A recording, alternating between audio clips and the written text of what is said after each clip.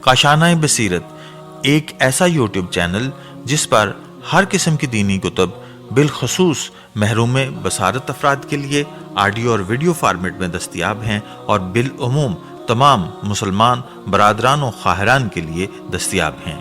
اس لیے آپ سے گزارش ہے کہ بیل آئیکن کو پریس کر کے ہمارے اس چینل کو ضرور سبسکرائب کیجیے تاکہ آئندہ آنے والی ہر کتاب آپ کو بر وقت ملتی رہے۔ کاشانہ بصیرت، کاشانہ بصیرت، کاشانہ بصیرت، کاشانہ بصیرت۔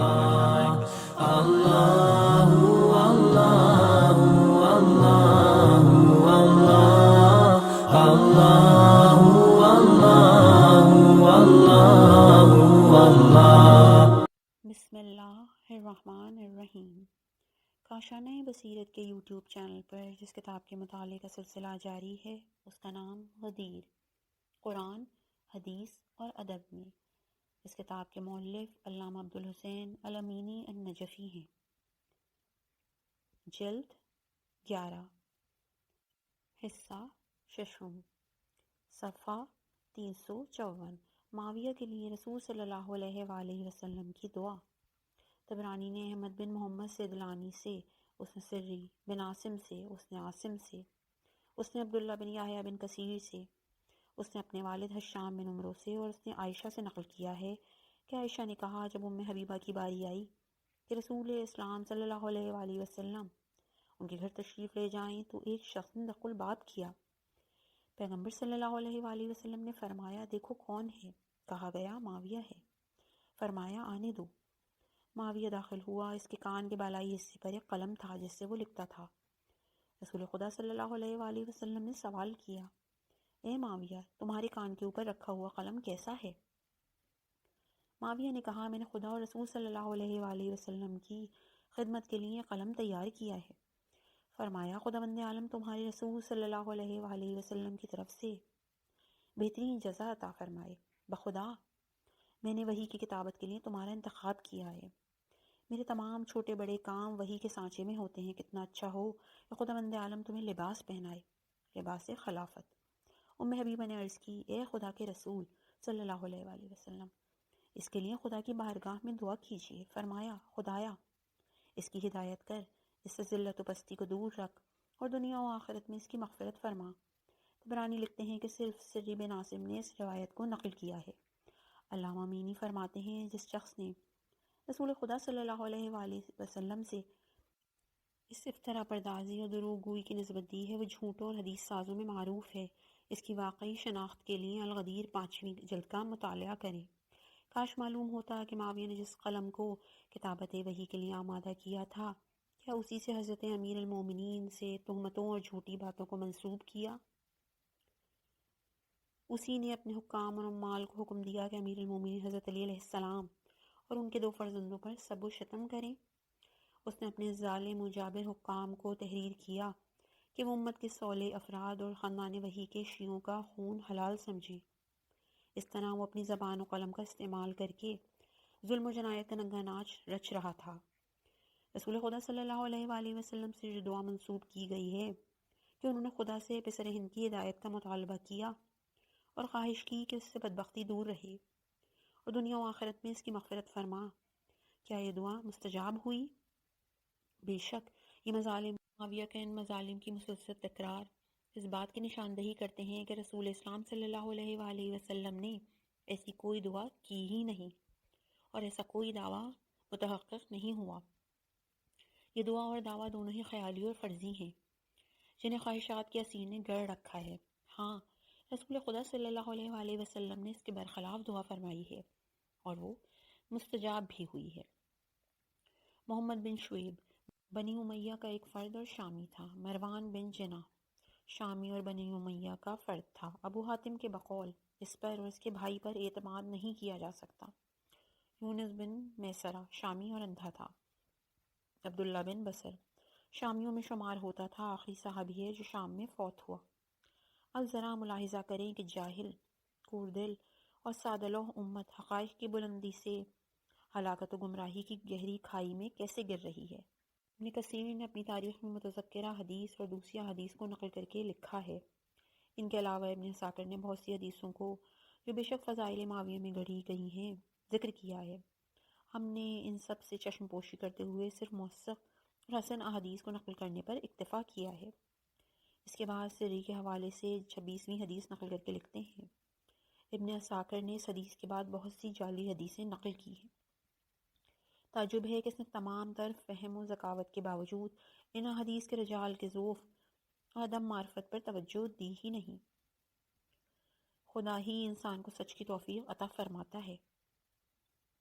آپ نے ملاحظہ فرمایا کہ ابن کثیر اپنی باتوں کو ابن عساکر کے سر ڈال رہے ہیں تاکہ اس کی یاوگوئی اور بکواس کی تائید کرتے ہوئے اپنی بات کو بھی ثابت کر سکیں، لیکن وہ بھول گئے کہ بالآخر غیر جانبدار محقق کی کاوشیں اس جھوٹ اور فریب کا پردہ فاش کر ہی دے گی۔ معاویہ اہل بہشت ہے۔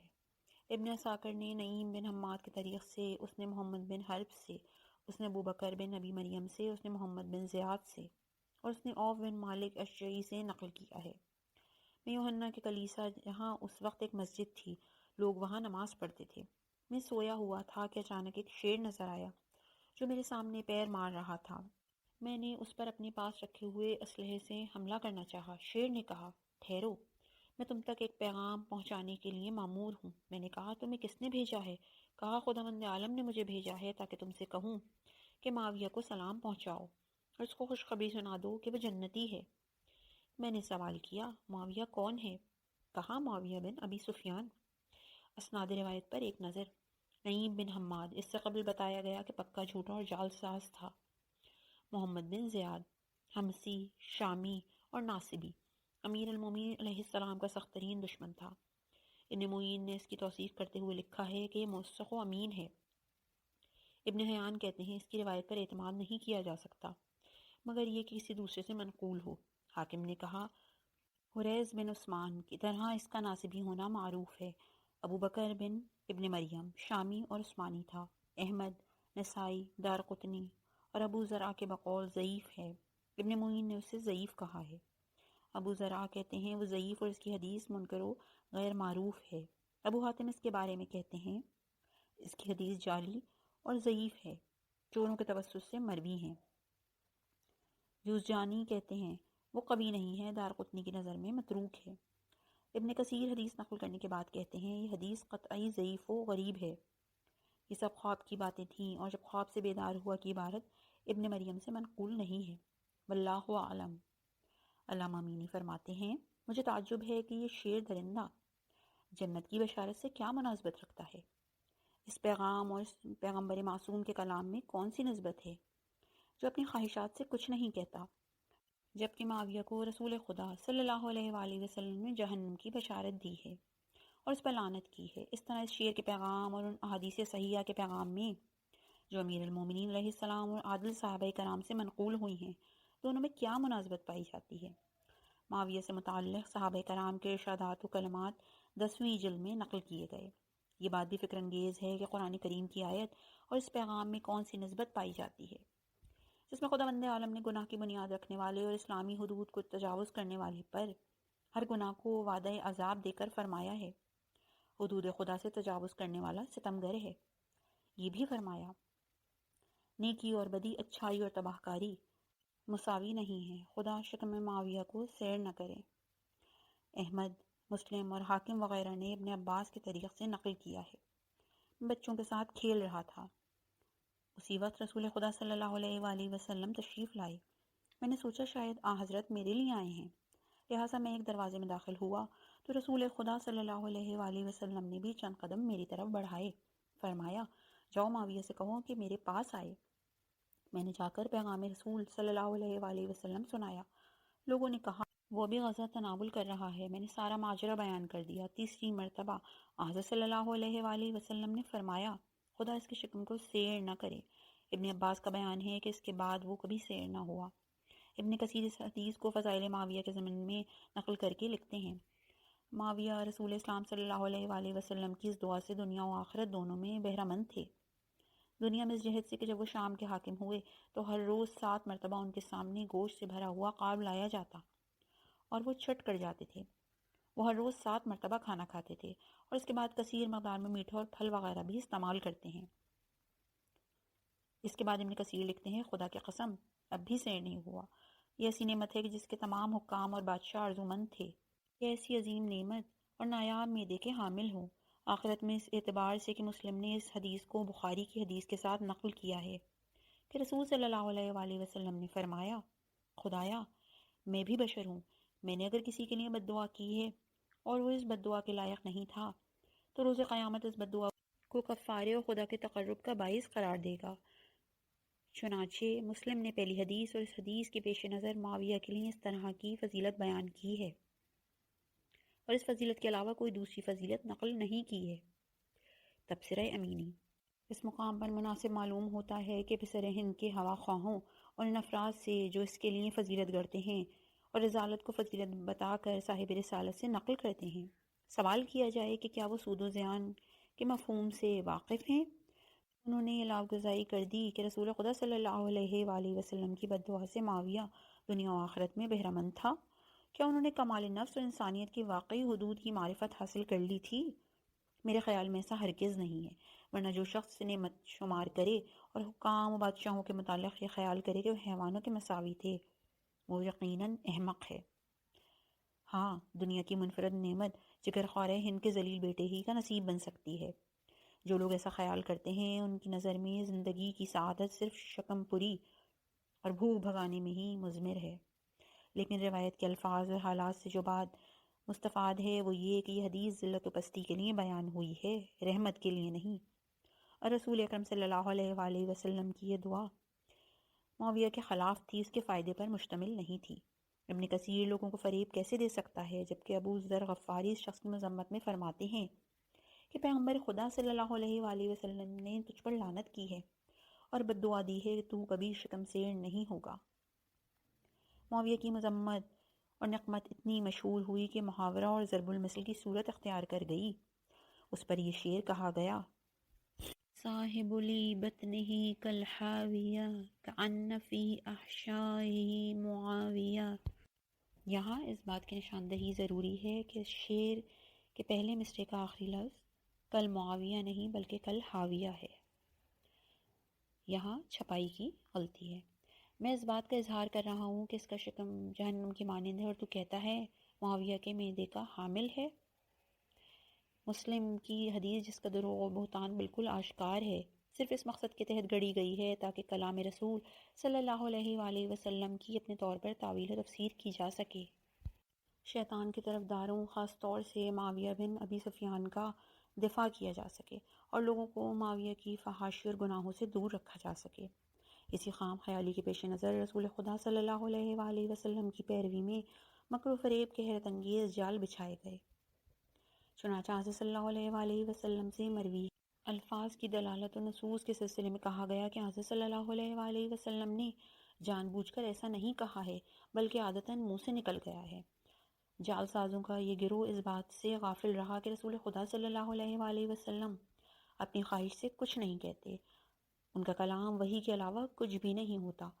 وہ تو خلق عظیم پر فائز ہیں۔ ان پر نازل کی گئی کتاب میں خدا کا ارشاد ہے، والذین یؤذون المؤمنین والمؤمنات بغیر ما اکتسبوا فقد احتملوا بہتانا واثما مبینا۔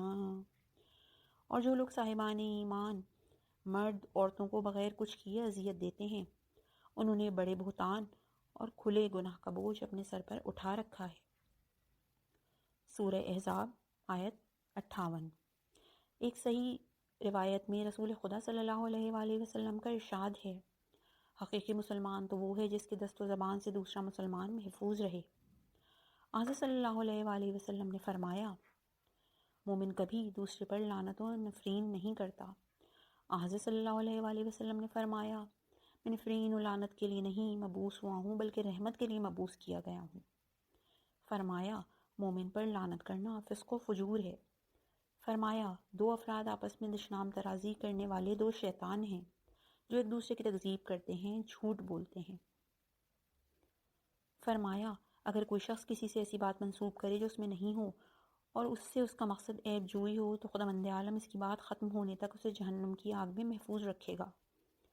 کیا یہ لوگ اس رسول صلی اللہ علیہ وآلہ وسلم کے بارے میں کچھ کہنا چاہتے ہیں جن کے متعلق مروی ہے کہ ایک مرتبہ عائشہ کسی بات سے ناراض ہو گئیں؟ رسول صلی اللہ علیہ وآلہ وسلم نے فرمایا، تمہیں کیا ہوا ہے؟ اس وقت شیطان تمہارے ساتھ ہے؟ عائشہ نے کہا، کہ آپ کے پاس شیطان نہیں آتا؟ فرمایا، ہاں، لیکن میں نے خدا سے دعا کی تو اس نے مجھے اس پر کامیابی عطا فرمائی۔ وہ اسلام لایا اور میرے سامنے تسلیم ہو گیا، اور وہ خیر کے علاوہ کسی بات کا حکم نہیں دیتا۔ کیا یہ اس پیغمبر کے بارے میں بات کر رہے ہیں جس نے عبداللہ بن عمرو بن عاص سے فرمایا، غم و غصہ، خشونت و رضایت، بلکہ میری ہر حالت کو لکھو، اس خدا کی قسم جس نے مجھے مبعوث فرمایا ہے، اس سے حق کے علاوہ کوئی بات نہیں نکلتی۔ اپنی زبان کی طرف اشارہ فرمایا۔ عبداللہ بن عمرو کا بیان ہے، میں رسول خدا صلی اللہ علیہ وآلہ وسلم کی ہر بات سنتا، لکھتا اور پڑھتا تھا تاکہ اسے محفوظ کر سکوں۔ قریش مجھے اس کام سے روکتے تھے، وہ کہتے، تم پیغمبر صلی اللہ علیہ وآلہ وسلم کی جو بات سنتے ہو اسے لکھ لیتے ہو، حالانکہ پیغمبر صلی اللہ علیہ وآلہ وسلم بھی ہمارے جیسے بشر ہیں جو خشم و رضا کی حالت میں گفتگو کرتے ہیں۔ چنانچہ میں نے لکھنے سے پرہیز کیا اور رسول خدا صلی اللہ علیہ وآلہ وسلم سے سارا واقعہ بیان کیا۔ آپ نے اپنی انگلی سے زبان کی جانب اشارہ کر کے فرمایا، لکھو، اس خدا کی قسم جس کے دست قدرت میں میری جان ہے، اس زبان سے حق کے علاوہ کچھ نہیں نکلتا۔ امیر المومنین علیہ السلام کے ارشاد کے مطابق رسول خدا صلی اللہ علیہ وآلہ وسلم دنیا کے لیے کبھی ناراض نہیں ہوئے، اور جب حق کے لیے غضبناک ہوتے تو کوئی تشخیص نہیں دے پاتا تھا، وہ غصہ ظاہر ہونے سے پہلے ہی اس پر قابو پا لیتے تھے۔ کیا یہ لوگ بسر ہند کے دامن کو پاک صاف بنانے کے لیے جھوٹی نسبتوں سے پیغمبر اکرم صلی اللہ علیہ وآلہ وسلم کی مقدس شخصیت کو آلودہ کرنا چاہتے ہیں؟ حالانکہ خود حضرت صلی اللہ علیہ وآلہ وسلم فرماتے ہیں، اگر کوئی بندہ کسی پر لعنت کرتا ہے تو یہ لعنت آسمان تک جاتی ہے اور آسمان کے دروازے اس پر بند ہو جاتے ہیں، پھر وہ لعنت زمین پر واپس پلٹ آتی ہے اور زمین کے دروازے بھی اس پر بند ہو جاتے ہیں، پھر وہ داہنے جانب جاتی ہے اور جب تمام راستے مسدود ہو جاتے ہیں تو وہ اس انسان کی طرف واپس پلٹ آتی ہے جس کے لیے لعنت کی گئی تھی، اور اگر وہ مستحق نہیں ہوتا تو لعنت کرنے والے کی جانب پلٹ جاتی ہے۔ کیا یہ لوگ ان جھوٹی نسبتوں کا سہارا لے کر رسول خدا صلی اللہ علیہ وآلہ وسلم کی شخصیت کو داغدار کرنا چاہتے ہیں؟ وہ رسول صلی اللہ علیہ وآلہ وسلم جس نے آداب الہی کے ذریعے امت کی تربیت کی اور اپنے اصحاب کو ہر چیز حتیٰ حیوانوں کو اذیت دینے سے روکا ہے، آپ کا ارشاد ہے، اگر کوئی شخص اس پر لعنت کرے جو اس لعنت کا مستحق نہیں ہے تو وہ اسی کی جانب پلٹ جاتی ہے۔ ایک شخص آپ کے ہمراہ راستہ طے کر رہا تھا اور اس نے اپنے اونٹ کو برا بھلا کہا تو آپ صلی اللہ علیہ وآلہ وسلم نے فرمایا، اے بندے خدا، جس اونٹ پر نفرین کی ہے اس کے ہمراہ حرکت نہ کرو۔ پیغمبر صلی اللہ علیہ وآلہ وسلم کی حدیث ہے، جس قافلے کے شامل حال خدا کی لعنت ہو وہ ہمارے ہمراہ سفر نہ کرے۔ رسول خدا صلی اللہ علیہ وآلہ وسلم اس سلسلے میں بہت زیادہ تاکید فرماتے اور لوگوں کو لعنت کرنے سے روکتے تھے۔ چنانچہ سلمہ بن اکو کا بیان ہے، جب کوئی شخص اپنے بھائی پر لعنت کرتا تھا تو ہمارے سامنے عظیم گناہوں کا دروازہ مجسم ہو جاتا تھا، لہٰذا ان باطل تعویلوں اور بیہودہ بکواس پر توجہ نہیں دینی چاہیے۔ رسول خدا صلی اللہ علیہ وآلہ وسلم جس پر لعنت کریں وہ در حقیقت ملعون ہے، جسے مورد لعنت قرار دیں وہ اس کا مستحق ہے، اور جسے کوڑا ماریں اسے شرعی حیثیت حاصل ہے، جس کے بارے میں رسول خدا صلی اللہ علیہ وآلہ وسلم بد دعا کریں وہ اس کے شامل حال ضرور ہوتی ہے۔ کیا کوئی منصف مزاج جانکار اس ذلت آمیز خیال قبول کرے گا کہ رسول خدا صلی اللہ علیہ وآلہ وسلم امت کے ایسے فرد پر لعنت کریں جو اس کا قطعی مستحق نہیں ہے؟ نہیں، کبھی نہیں۔ جو رسول مکارم اخلاق کی بنیاد پر مبعوث ہوا ہو وہ اس افتراء پردازی سے قطعی منزہ ہے۔ اس خیال پردازی کے صحیح ہونے کی صورت میں رسول خدا صلی اللہ علیہ وآلہ وسلم کے گفتار و کردار قضاوت اور نفاذ حدود مشکوک قرار پاتے ہیں۔ انسان کے لیے مخفی رہ جاتا ہے کہ امور الہی تحریک کی بنیاد پر نافذ ہوئے تھے یا شہوت رانی اور اپنی آتش غضب خاموش کرنے کی بنیاد پر۔ یہ کیسا معصوم رسول ہے؟ ایسی صورت میں اس کی سنت پر عمل پیرا کیسے ہوا جا سکتا ہے؟ متذکرہ دونوں حالتوں میں سے کون سی حالت امت کے لیے لائق اقتدا ہے؟ اور ان کے اور امت کے درمیان کون سا فرق رہ جاتا ہے؟ کیونکہ غیظ و غضب و خواہشات نفسانی سبھی پر غلبہ پا لیتے ہیں۔ ایسی صورت میں کون مسلمان رسول خدا صلی اللہ علیہ وآلہ وسلم کی پیروی کرے گا؟ ابن حجر کی تو مزاج و غذائی یہاں تک پہنچ گئی کہ اس نے مسلم کی متذکرہ حدیث جو ایسی بات کو ثابت کرتی ہے جسے عقل و منطق قبول نہیں کرتی، وہ مسلم اصول دین کے قطعی برخلاف ہے، سے استناد کرتے ہوئے حکم جیسے مردود بارگاہ رسول صلی اللہ علیہ وآلہ وسلم پر لعنت کرنے سے منع کیا ہے۔ اہل سنت اس مقام پر بہت زیادہ داؤ پیچ دکھایا، بلکہ یہ کہہ سکتے ہیں کہ بے شرمی کی انتہا کر دی ہے۔ چنانچہ بعض لوگوں نے یہ قول نقل کیا ہے، اس حدیث کے ظواہر ہمیں سمجھا رہے ہیں کہ صرف رسول خدا صلی اللہ علیہ وآلہ وسلم ان ممنوع امور کو انجام دے سکتے ہیں۔ سیوطی نے رسول خدا صلی اللہ علیہ وآلہ وسلم کی خصوصیات میں اسے بھی شمار کیا ہے۔ حضرت صلی اللہ علیہ وآلہ وسلم کی خصوصیت ہے کہ وہ سبب اور علت کے بغیر جسے چاہے لعنت کر سکتے ہیں۔ قسطلانی لکھتے ہیں، حضرت صلی اللہ علیہ وآلہ وسلم کو حق حاصل تھا کہ وہ امان دینے کے بعد قتل کر دیں اور سبب و علت کے بغیر کسی پر بھی لعنت کرے۔ خداوند عالم نے اس دشنام درازی اور لعنت کو اپنی دعا کی وجہ سے ملعون و مشوم جس کو گالی دی گئی ہے کے لیے باعث تقرب قرار دیا ہے۔ کیا کوئی اس احمق کی فکر پر نہیں ہنستا؟ یہ بات کیسے ممکن ہے، حالانکہ اس نے خود ہی فرض کیا ہے کہ لائق مذمت قرار پانے والا اس سے ملق دعا کی وجہ سے مستحق رحمت و مہربانی ہوتا ہے۔ لہٰذا رسول رحمت کے پاس ان افراد کی حقیق حرمت کرنے اور مستحق نہ ہوتے ہوئے بھی انہیں رسوا و بدنام کرنے کا کیا جواز ہے؟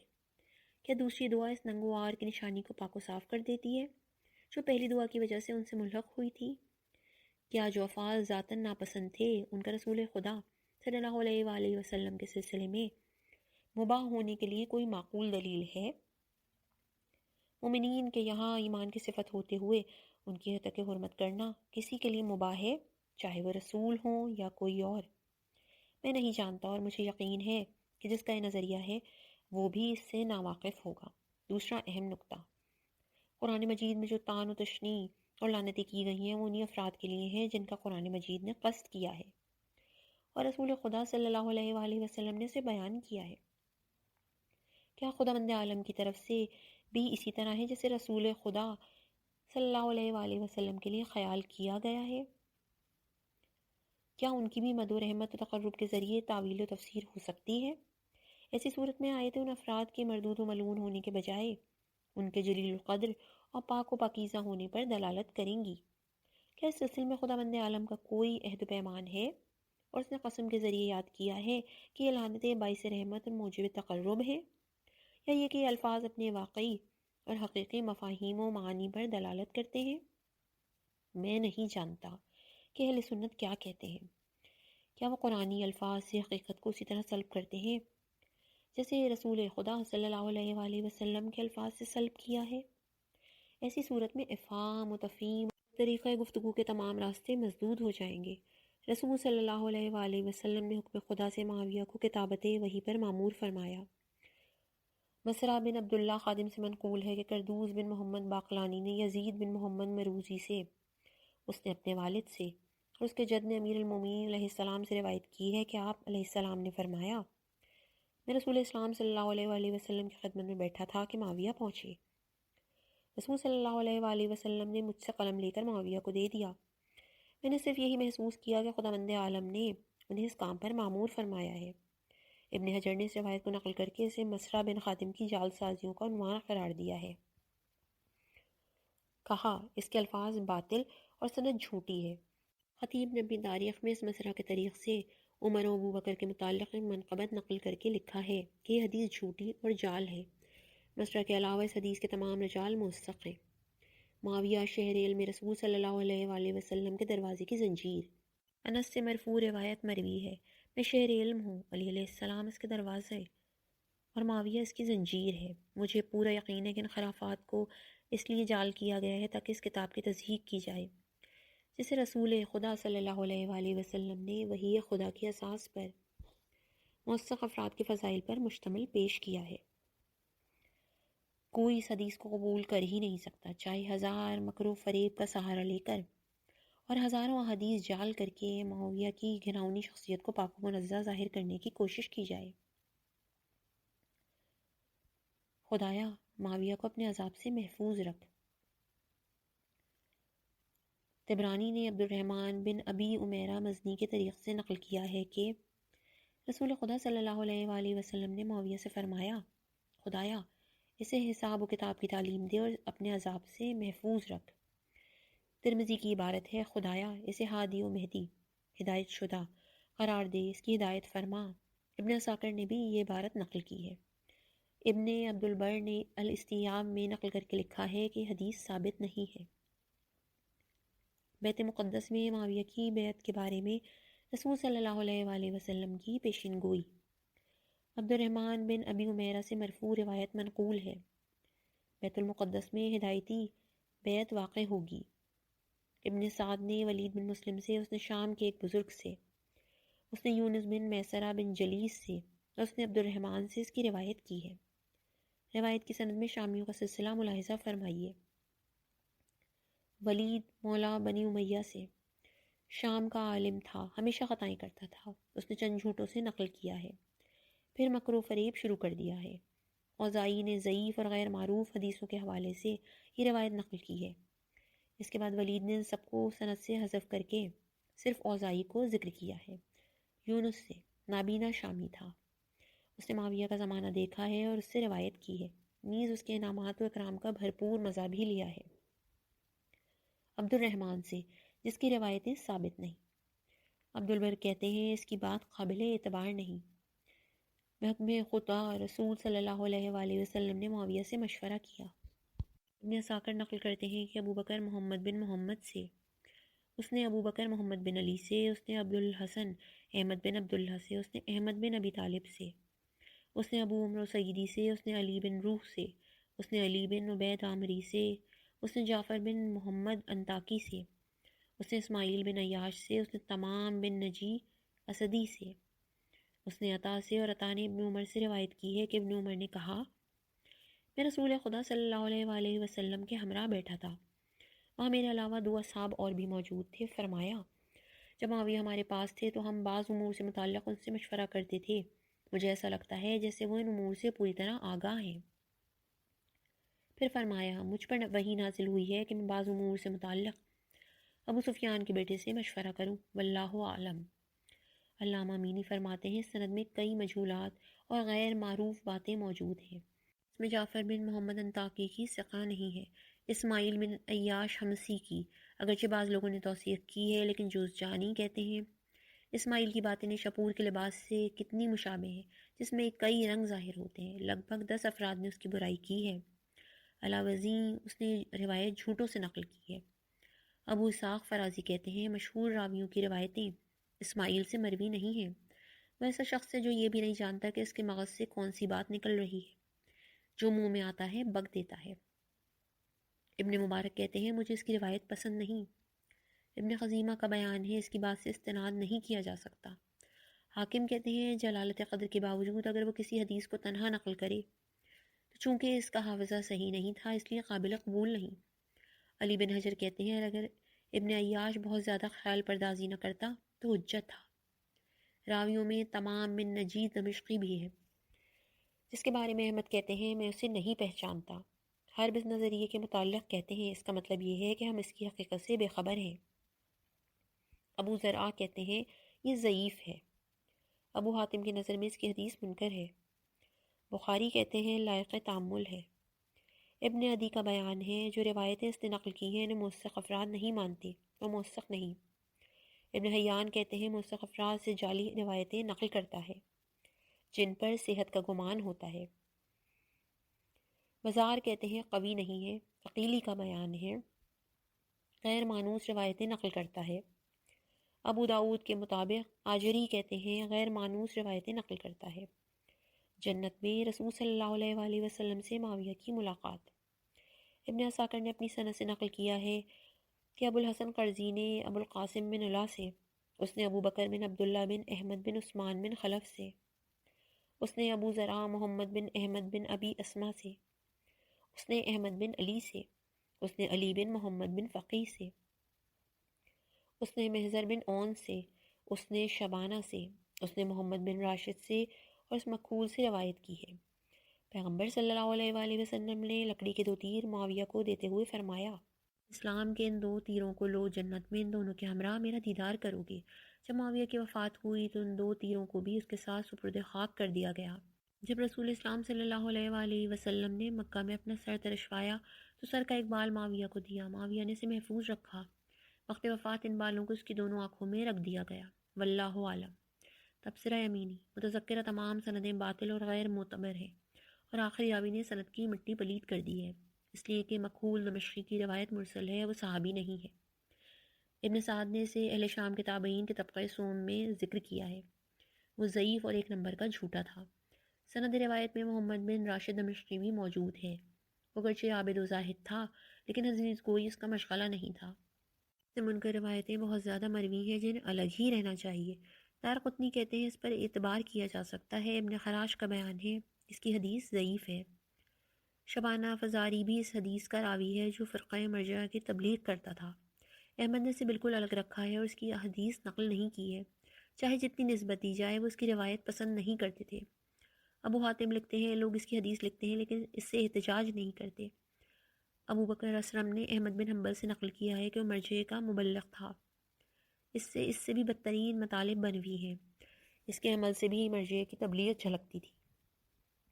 ان سے پوچھا گیا پھر ایسے شخص کی روایت کیوں نقل کی گئی؟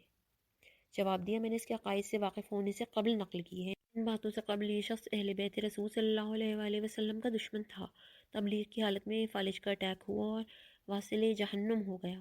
حلقہ اسناد میں تمام غیر معروف افراد موجود ہیں، کسی نے ان کی تائید نہیں کی ہے۔ نبوت کی حالت میں معاویہ کا مشہور ہونا۔ اسحاق بن محمد بن موسیٰ نے محمد بن حسن کے طریق سے مرفوعاً نقل کیا ہے کہ معاویہ اپنے حلم اور کلام خدا پر اعتماد کی وجہ سے قیامت کے دن پیغمبر کی حالت میں مبعوث ہوگا۔ ابن حجر نے لسان المیزان میں روایت نقل کر کے لکھا ہے کہ یہ محمد بن حسن شاید وہی نقاش صاحب تفسیر ہو جو جھوٹا اور فریبی تھا۔ معاویہ کے چاہنے والوں سے حساب و کتاب نہیں ہوگا۔ سعید بن مسیب سے منقول ہے جو شخص ابو بکر، عمر، عثمان اور علی کو دوست رکھے گا اور جنت میں ان کے ایک ساتھ رہنے کی گواہی دینے کے ساتھ ساتھ معاویہ کے لیے دعائے مغفرت کرے گا تو خداوند عالم اس سے قیامت میں حساب و کتاب نہیں کرے گا۔ علامہ امینی فرماتے ہیں خداوند عالم جس سے سب سے پہلے حساب و کتاب کرے گا وہ معاویہ ہی ہوگا، جس کے لیے رسول خدا صلی اللہ علیہ وآلہ وسلم اور حضرت علی علیہ السلام دونوں نے بددعا کی ہے۔ حدیث گزر چکی ہے۔ اس حساب و کتاب میں صحابہ کرام اور بارگاہ خداوندی کے عادل افراد تماشائی ہوں گے اور اس ذلیل شخص پر لعنت کریں گے۔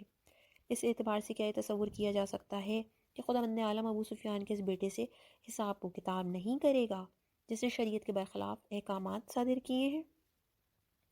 اور کیا معاویہ اس کے باوجود بھی کہ اس نے حضرت علی علیہ السلام کو گالی دی، انہیں خوار کیا، لوگوں کو ان کی دشمنی پر مجبور کیا، ان کے خلاف شمشیر بکف ہوا اور ان سے جنگ کی، ان کے شیعوں پر دل ہلا دینے والے وحشیانہ مظالم روا رکھے، ان کے باوجود بھی اس پہ ترحم کیا جا سکتا ہے؟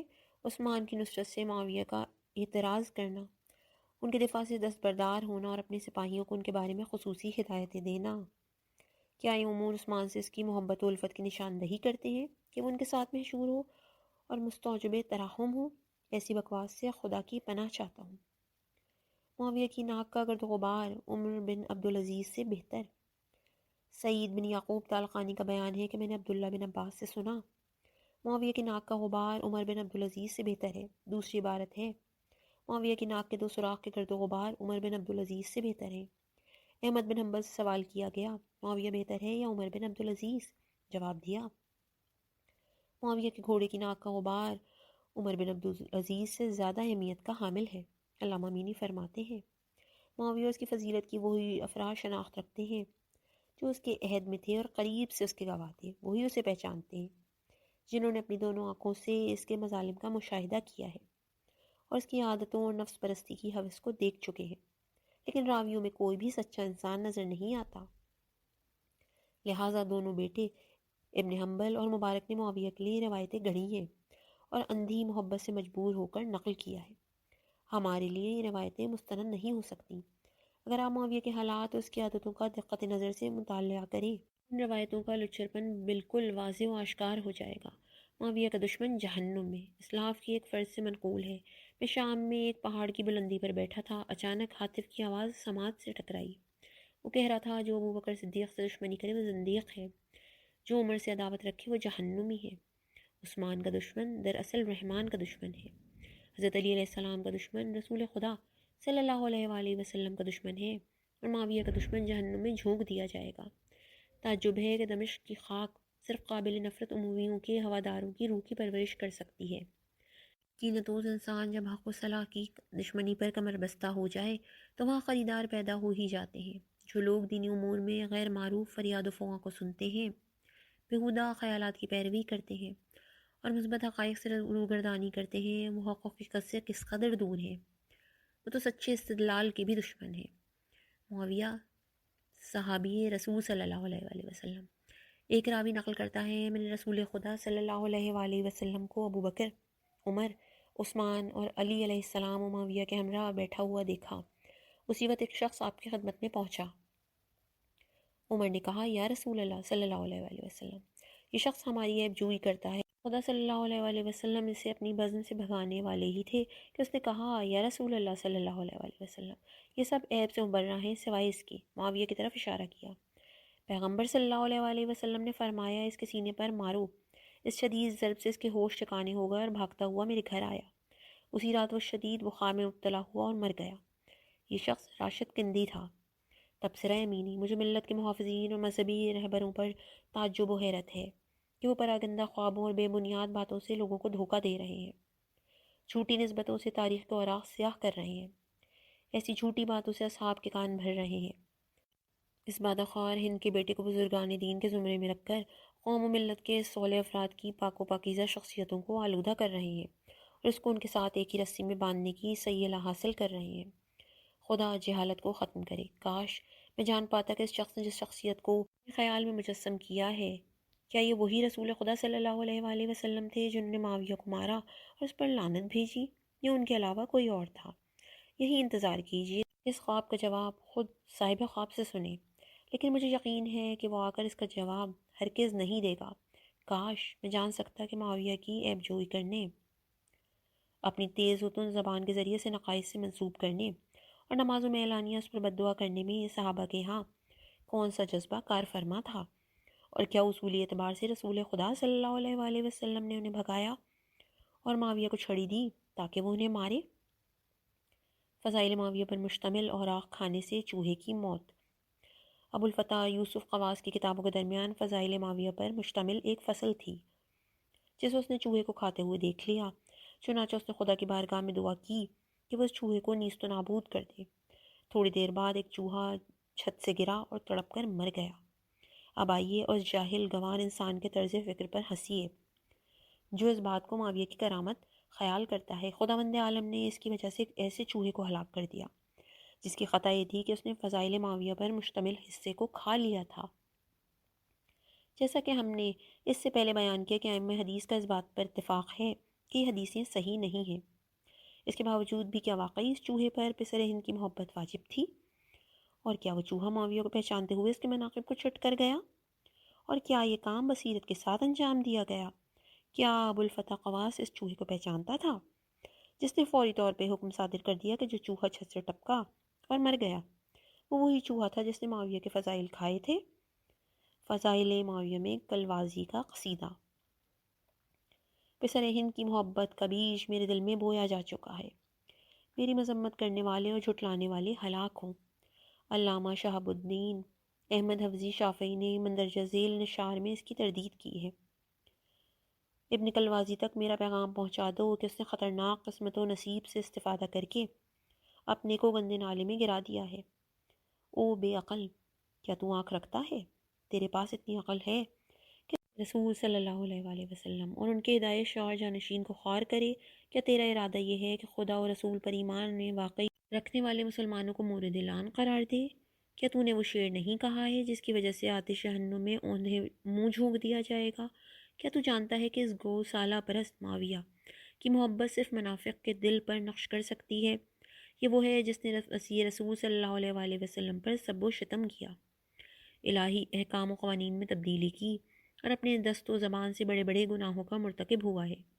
ہر دوست اپنے دوست کے ہمراہ محشور ہوگا اور کل تیری قرارگاہ معین ہوگی تجھ پر اور ہر اس شخص پر جو تیرے خیال و عقیدے اقتدا کرتا ہے خدا بند عالم کا عذاب نازل ہو۔